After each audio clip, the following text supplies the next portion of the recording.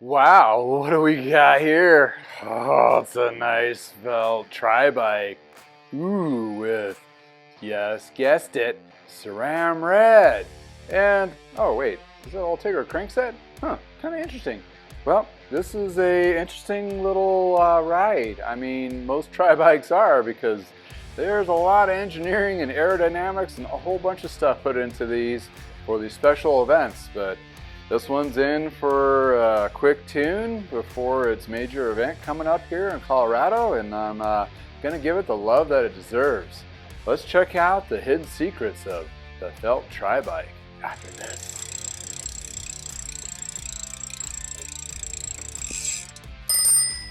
Welcome to I Know a Guy Bicycles, hanging out with a guy. Hi, I'm Justin the Guy. Obviously I have a garage shop. Take scary out of used, one bike at a time. If you want to be kept up to date on latest projects and topics, please like and subscribe.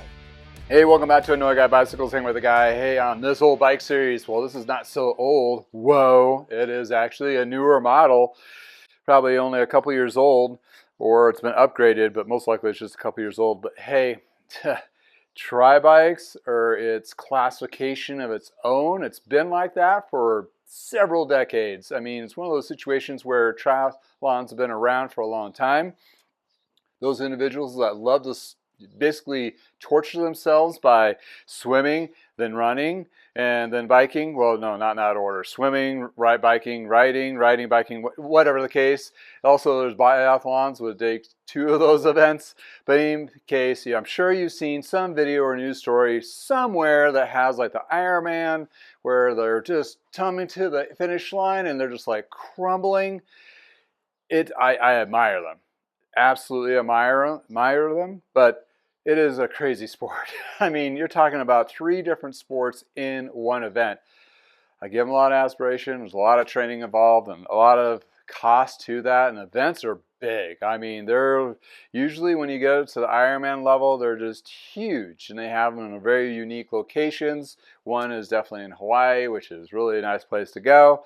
But needless to say, the tri-bike in the cycling mechanic world, where I've been living in for the last 3.5 decades, they've been there. And they're constantly trying to improve them. And a bike line like Trek Specialized, Felt in this case, they have like 1 or 2 models. It's not a huge range that they do with these. It's just, it's kind of like 1 or 2 models a year that they put out. Maybe a little bit more nowadays with the excess amount of buildup of bikes. But the idea is to get to point A to point B as fast as possible in one direction. And usually there's not a lot of terrain with these races. It's usually pretty flat-ish, maybe a little bit of rolling hills, a lot of straightaways. So the aerodynamics is a huge factor. Weight, sitting position, all that. And that's why you see the tri-bikes look like spaceships. And tri-bikes are typically, the specific bikes are usually the event bike, not necessarily their training bike. They sometimes will train on them as well, but for 9 times out of 10, they'll have a road bike they actually use for the endurance training to get the strength up, as well as in conjunction with their swimming and running and so forth, and dieting and everything else. But going to the tech of tri-bikes. Tri-bikes, to be honest, for a mechanics perspective, it's a love-hate relationship. Reason being, we love them because they have a whole bunch of cool tech, but we hate them because the tech is usually or the shifting componentry is kind of an afterthought related to the design of the aerodynamic of the bike. Well, fast forward to today, this particular bike represents finally something that we don't have to worry about. And what I'm talking about is technical aspects of mechanical shifters and brakes.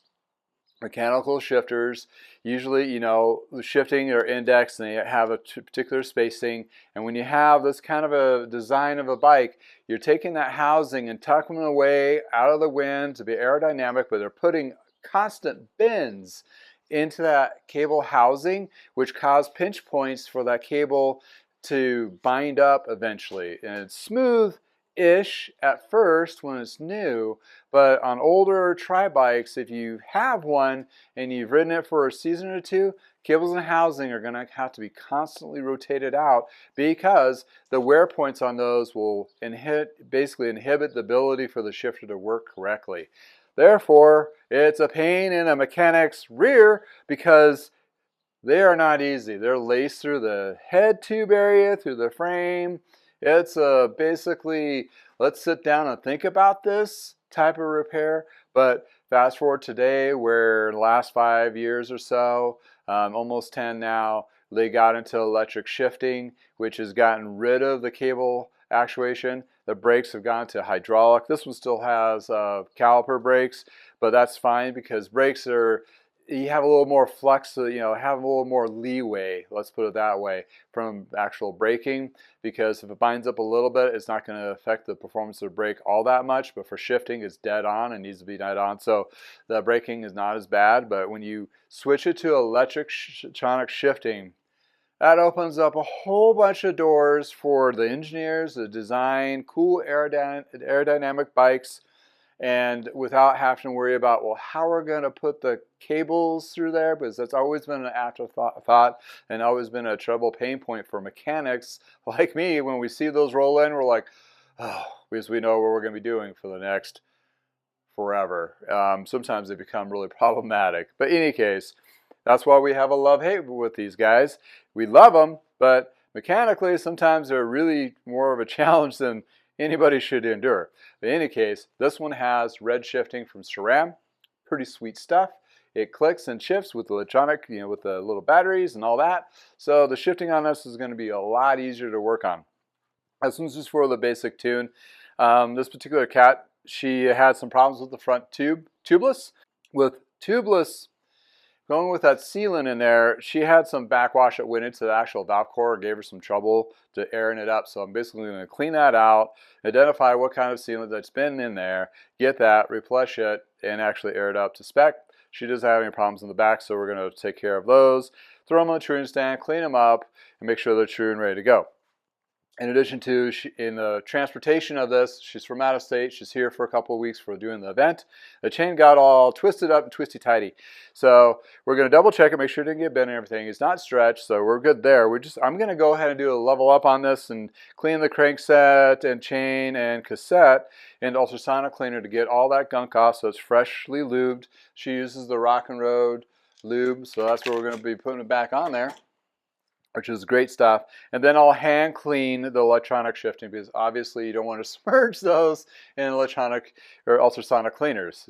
Don't do that. Then we're going to clean the rest of the frame, inspect the brakes, and basically do the ABCs, which I have a video of basic maintenance that I'll put in the description below if you want to read about that, because hey, everybody needs to know how to do some of this stuff, like fix the flat, clean the drivetrain, lube the drivetrain, and air up your tires. It's just the basics. And it's really good to know. So if you get out there in the middle of nowhere, especially mountain biking, you actually are prepared to at least try to get yourself back home in a safely manner.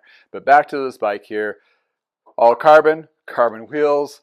This thing is a gem. But the interesting thing is this crank, this Ultegra. And at first I didn't think about it too much. Like, okay, Ultegra with red, probably switch out, which is pretty typical with a lot of tri-bikes that have been around for a while, because they start piecing things together because they're trying to figure out what is going to make them faster on that ride section. So they go crazy sometimes of getting parts and mix matching. I'm not sure what the story is. She bought this one used. They hadn't had it for very long. It came with the actual cranks on there.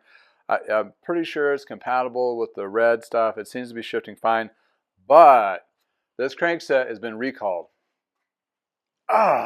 So good. I mean, it's not like a full recall. It's called, what do they call it? Oh, it's one of those volunteer recalls. It's a fancy way of saying, well, we'll take care of it when it breaks, but it needs to be inspected. Okay, so what I'll be doing is tearing the drivetrain apart, leaving the derailleurs on there, take the crankset, I'm going to take it to a Shimano dealer and have them officially record the serial number, inspect the crank from fail. So if there's any issues with this crank from here on forward, it will be actually addressed and taken care of, which they would do anyway, but gonna definitely take care of this customer. And it's like, hey, I took it to the shop, it's been inspected by official Shimano dealer. And you're asking, like, why can't you do it, Justin? I'm like, well, I can, and I know what to look for, but here's the tricky bit. I'm not a Shimano dealer because I'm a garage shop, which is based out of my garage. I still have the business license and insurance and all that stuff, but Shimano and vendors do not like to sell and work with us in the shop because they want to push people in the brick and mortar store locations. Fine, whatever. There's a workaround. Small nuisance for me for not having to deal with a whole bunch of reps and extra excessive invoices and so forth. To keep it lean and clean, right? Small business owners, you understand this. You're always trying to find the easiest path of getting anything done in your business. I don't care to spend a little extra money for parts or whatever, because I figure that's my tax of sanity for not dealing with all these vendors. Any case, dealt with them all the years. They're great, whatever that case may be. But for me, for what I do and how micro, I don't need that added stress. But in any case, so I'm going to definitely take care of the crankset. I know that was a sidebar. Sorry, kind of had to go there. And these, oh, the Envy wheels. These are pretty sweet. Kind of crazy. As a reverse drop, which is kind of very similar to old school Kleins, which I find really interesting because that forces more of the energy into the rear wheel. So yeah, I'm going to inspect these, make sure the hubs are smooth and all that. This has a lot of, I would say, transportation wear, where a lot of these bikes, they don't usually crash that much. Let's say get in a major headwind or something of that case. But most likely the scratches and scuffs and all that on these guys are from just transporting to events, shipping them, basically put them in the crates and go, and reassembling them at the event, that kind of deal. But other than that, they usually get pretty babied in the sense because, well, first they're usually really expensive, and it's something they want to make sure the race machine is at top notch, ready to go, ready for the event, that kind of thing. And you know, tri bikes, you don't have to be too worried about it. I mean, you know, they have some proprietary type differences to them. Sometimes the brakes like this are tucked away, kind of hidden away, but there's the same kind of brake system. So if you're a mechanic starting out working on these, like, yeah, you're going to have some paneling you're going to have to pull off to get to the actual brake, but once you get into the meat of it, it is essentially the same as most other bikes in the industry.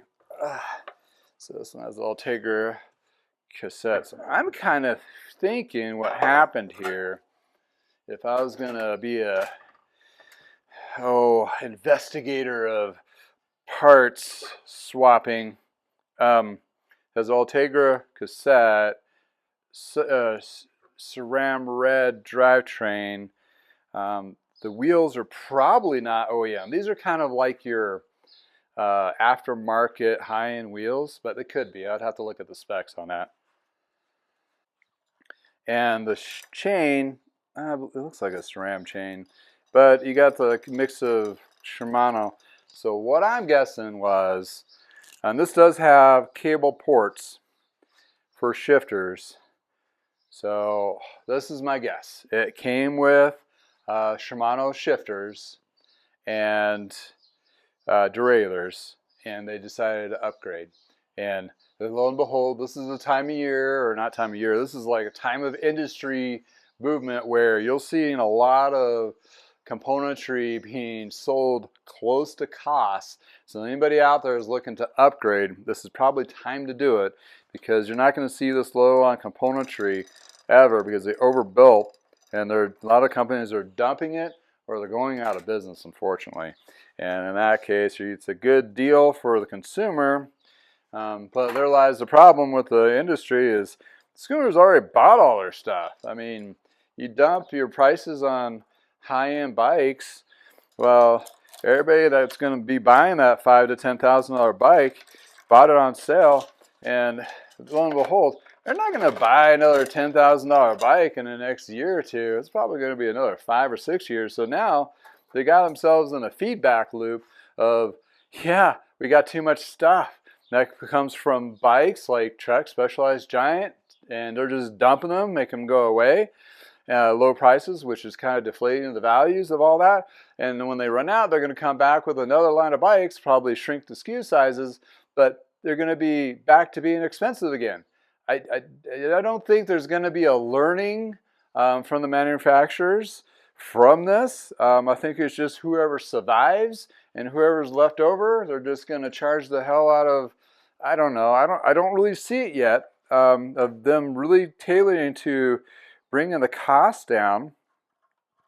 But we'll see. But in this case, what my investigation is going to conclude is somebody upgraded this to the red a couple years ago when it first came out, because this is the slick stuff that came out, the slick honey of it.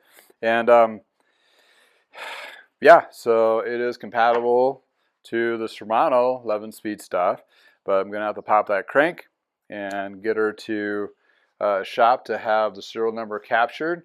I will clean the crank off for those guys. Oh, this also has an interesting bit on it. Let me pull this off and show you. Crank here. And yeah, these are a little harder to work in stands because they use the aerodynamic there. So we want to be very gentle. It's just kind of wedged in there ever so gently.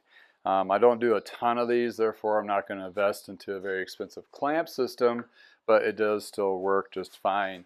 And this is your typical Ultegra crank set, and obviously when I take this apart I'm going to be double checking those bearings too, and that's where this brake mechanism's in here, so we'll clean that up, clean the pads, and so forth. Also with cartridge pads on these are pretty nice because you don't have to monkey with all this mechanism down here. When you need to replace the pads, they just slide out. You just pull these pins. Yeah, those are a pin system, slide the new pads in and you're good to go. But the pads have plenty of meat on it, so telling the person that they just bought this bike. Oh, also this little tab thing has popped up.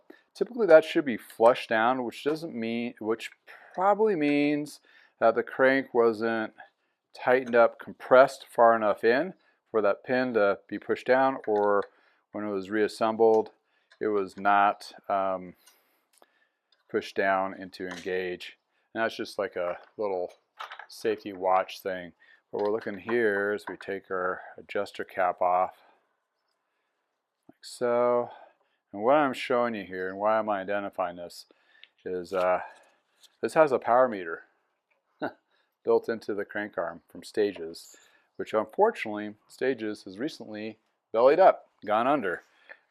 They would take cranks and put the Stages mechanism in there to be able to do a power meter, which is really cool. But there's new companies coming out. That's their little logo here. So Stages has had a little hiccup. They owed, was it Giants, a whole bunch of money, and they were going to work out a deal that Giant was going to possibly buy Stages, and I think Giant decided, well, we'll just let you go under and just steal your tech. They actually stole a couple employees, I believe, and did the nasty thing of not buying the company and just basically did a workaround. So you probably will see in the next year or two a whole bunch of Giant version of Stages crank arm power meters. So in any case, so here is that warranty crank. It does have the Ultegra crank set on there, or chain rings, and how this has been cast. What they're looking for is that delamination between those. Not very many of these have been found locally, but I've seen through other channels that some areas have seen quite a few of these pop. So we're going to just clean this up and give it to the guys at the local bike shop, Shimano dealer, and have them do the serial number. There's a little serial number barcode kind of thing here, and also the part number there. I'll have the link below for you if you do come across a crank set like this, which I have been several of them lately. Double check and make sure they're safe to ride. Alright, I'm at the stage of the game here. I'm going to warm up my ultrasonic cleaner, start getting some parts cleaned up. Not very many, this is more of the basic tunes, so just that. And I'm just going to clean the frame. I'll probably throw a little bit of a, that's a repeat customer of mine, so I'll do a little extra something as in the clear coat here, clean it up. Not the full detailing, but I'll definitely clean the frame to inspect, of course. And while I'm doing that, I'll probably throw on a ceramic coating on the frame as well as the wheels.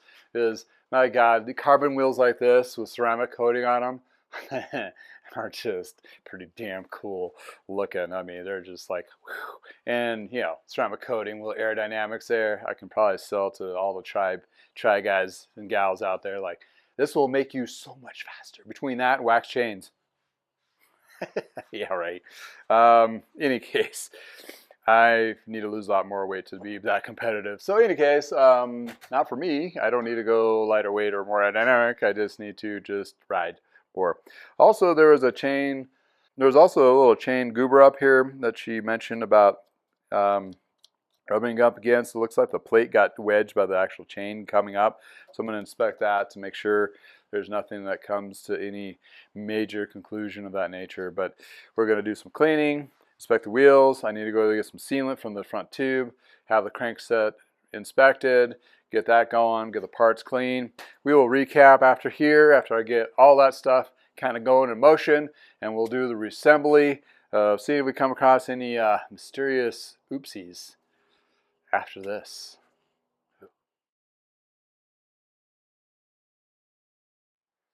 Right, well, we got ourselves a crazy freaking update on this bike. Yeah, the frame seems to be fine so far. Clean that. The front wheel, actually the rear wheel, wherever it went, seems to be okay. Kind of thing. Yeah, the question is yeah, they did tubeless on this. Okay, that's fine. I'll have to look up. I'm pretty sure the rim is designed for tubeless. But here's the thing: is if I understand this correctly, when I went to air up the front tire, I heard some crackling carbon. Well, it seems to me the rim strip they have in here is not a tubeless rim strip. It's your standard rim strip for a tube. So the problem is what happened is the sealant, as it's dripping all over the floor, seeped into the actual rim well, sealed up all the little ports inside. So when I was airing it was airing up the cavity inside here and expanding the carbon out to bulge out a little. I was like, whoa! Yeah, so that is something that's whew, got to be addressed. And by taking off this rim tape, which is obviously compromised all the way through, makes me wonder if these were actually tubeless, set up correctly from the beginning, because that is just a standard. Because if anybody's done tubeless, it's a sticky tape that goes inside that's sealing this cavity from the inside. So that being said, there's probably a whole bunch of dried up boogers inside this wheel well, where I'm going to do a lot of excess cleaning to make sure when I put a tubeless rim tape on there, if it's not already been compromised to a point where it's a safety concern. Well, this doesn't seem like it may have sealed initially for the initial one, but I'm going to have to get some proper rim tape to do the actual tubeless to it and do a little research on this particular rim set, making sure, I'm pretty sure they are. Also, what's kind of bizarre is the rear wheel may be set up for it because it has a spline portion to put a Shimano disc brake on there, and this front one does not, which is kind of bizarre to me how it's kind of mix matched in that sense. I mean, it's the same hub model, but the front doesn't have a disc conversion as well. So there's a lot of questions. There lies the conundrum. When you're buying used, sometimes you don't know what you're going to get. It's a mixed bag of different things. You can get all this gunk off. So there lies. Super clean the rim, get some good actual tubeless tape in there, and put it in there and see if it is not compromised. It doesn't feel compromised, and that aspect of it, but yeah, it's kind of like, whoa, whoa, whoa, whoa, whoa, why is it not leaking out? Well, of course it's not leaking out because whoever set this up tubeless originally didn't have the proper tape. But yeah, that is definitely not it. If anybody has new tubeless strips, it's either like the Bontrager ones, they snap into place and it has its own reservoir. But yeah, gonna be double checking. I'm gonna do a little update. Got a hot mess of a tubeless tire. I might just reach out to the customer and be like, look, this was not set up correctly tubeless initially, and I would just suggest using a standard rim tape and tube, because if that leaks back in there like it did, it'll blow out the carbon. And guess what, on a front wheel, if you blow out your carbon, guess where you're going? Over your bars. So there lies a, I gotta scratch my head and ask the talking heads here, see what they would think on that perspective. So any case, that's a little update. We'll come up with the conclusion. Still need to take the crank to the local Shimano shop to make sure it's inspected, and I got a plethora of other questions that I'm gonna have to lead into from here. But yeah, I wanted to show that sometimes things may appear to be okay, but if you look, yeah, I mean, at least it's a rim brake rim. I mean, they're the same brand, rim, smart system, ESC. It seems mixed matched. I don't know. It's just like it's same but different. I don't know. Just okay. That's where I get really kind of puzzled on bikes like these sometimes, when we get too creative on switching out parts. And then when it becomes a secondhand mess, then you're dealing with somebody else's handover faux pas, and somebody may have just thought, oh, it's tubeless, and throw it in there, and lo and behold, it's not. Super trouble indeed. In any case, we'll review here in a moment with maybe some better conclusions. Well, it turns out that we decided to just do a regular rim strip and tube in this bike for just safety reasons and continue with the actual repair. It turned out really nice, except for that front wheel is questionable, so the owner is going to be looking for a new wheel set and use these as trainers. Well, that was a big faux pas, but we got her fixed, and she placed 4th in overall placement. So anyway, on to the next bike. Thanks for hanging out in the garage. Until next time, have a wonderful day. If it's nice in your neck of the woods, please go for a ride. See you on the next bike.